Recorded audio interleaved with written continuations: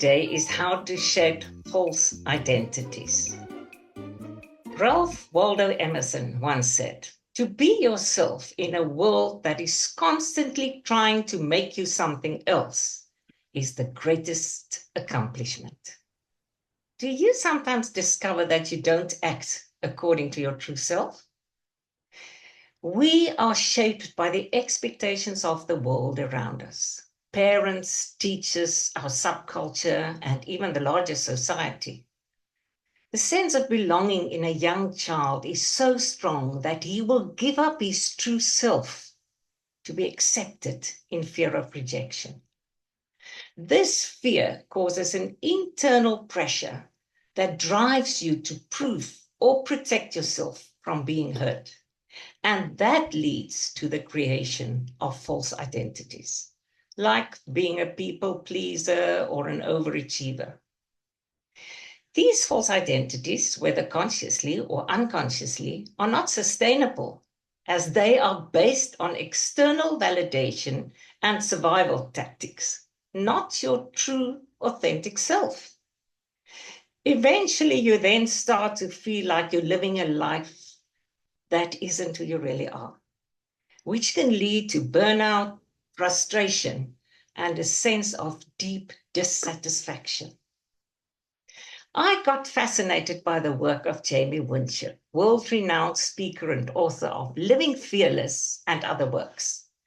Together with his wife, he is co-founder of Identity Exchange, to live fearlessly in your true identity.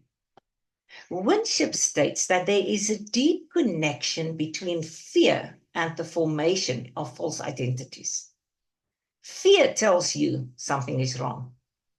The source of fear is a wrong view of yourself, not knowing who you really are, and believing what others say about you.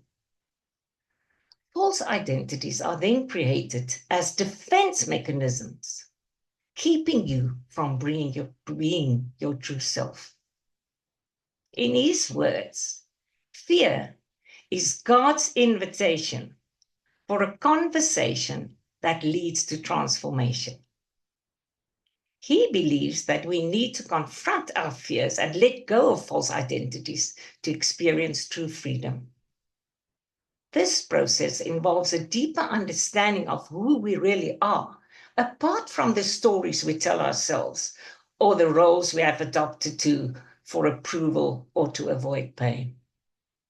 By embracing vulnerability, honesty, and a deeper sense of trust in God, people can start to shed these false identities and step into a more authentic and purposeful life.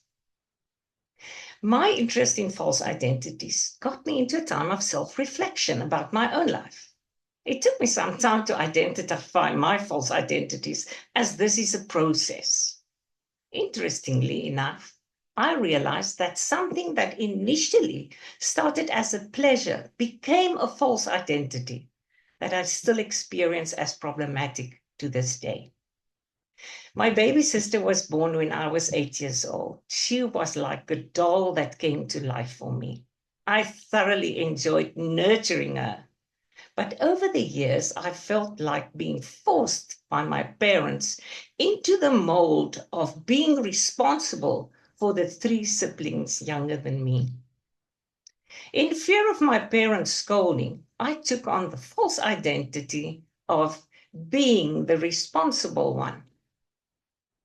This has extended to other relationships, so that it has caused a lot of frustration in me, and sometimes even conflict over the years.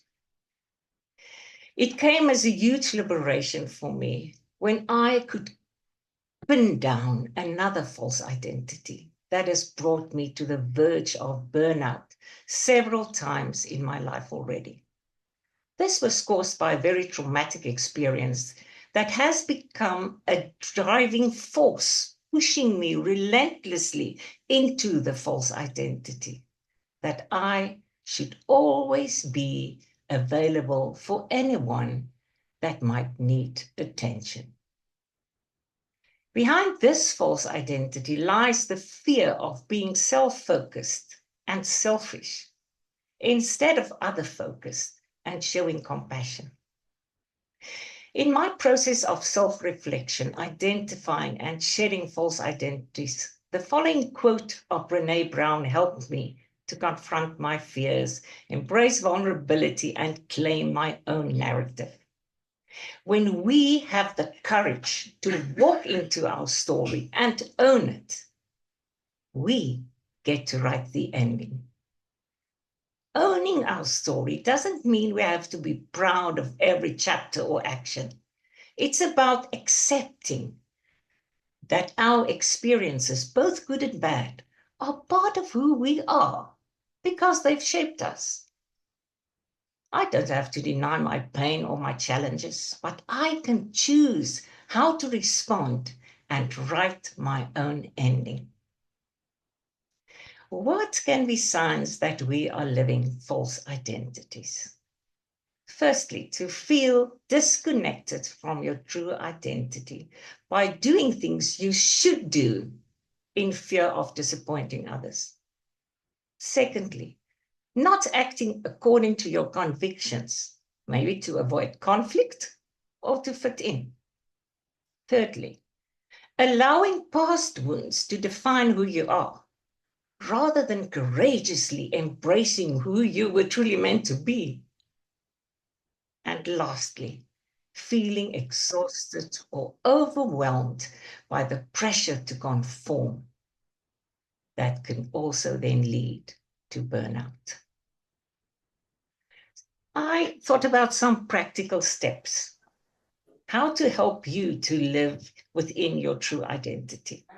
The first one that's needed is self-reflection and awareness. You have to reflect on your true identity. Who were you created to be? Spend time in solitude to meditate on what truly matters to you. Identify the fears that caused the false identities you've been living under. Then also challenge external expectations and pressures others impose on you. Let go of them. Thirdly, learn to release the hold of past wounds on your identity. Healing doesn't mean forgetting the past, but to learn from it.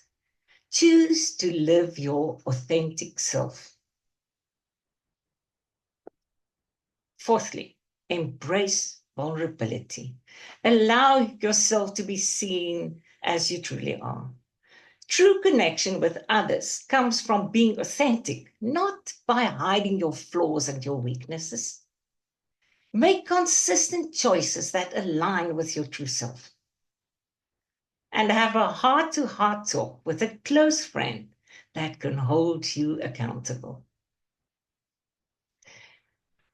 In conclusion, pursue a life of contemplation. Confront false identities to live authentically and to experience true freedom and fulfillment. Do Santa Mata said, "The freedom to be yourself is a gift only you can give yourself. But once you do, no one can take it away." Thank you.